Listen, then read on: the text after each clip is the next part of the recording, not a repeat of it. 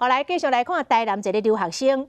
顶礼拜五为加拿大回到台南徛家，乖乖来做检疫，也毋过真奇怪哦，拢无林里长来关心。市议员谢两届接到家长的反映，到区公所来询问，结果发现这个居家检疫的名单竟然无这个学生的资料。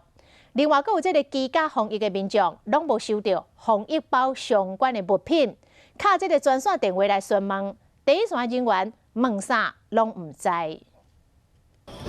留学生坐飞机返来到台湾，开始居家检疫。台南有一名留学生3月20对加拿大返来，马上开始居家检疫。不过几天来拢无人关心，完全无人掌控伊的行踪。管单位跟卫生局这方面，整个上下都没有连结。台南市议员谢两届接到家长反映了后询问，竟然是安尼。区公所没有资料，里长也没有资料，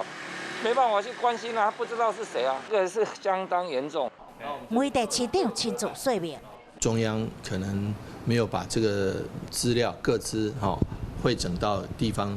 政府，所以导致没有人去关怀它。也有台南居家检疫的民众向市议员 complain， 有的无收到防疫包，有的内面是欠物件，打电话到专线询问，第一线人员都唔知。不管是防疫专线，或者是基层的公所人员，第一线跟这些居家检疫的人员接触的民众，其实都不清楚。针对防疫包的问题，台南市府表示，即马阶段物资比较充足，而且各区公所把防疫包的物品准备齐全。市议员嘛希望第一线的人员爱加强，毕竟非常时期，每一步拢是关键。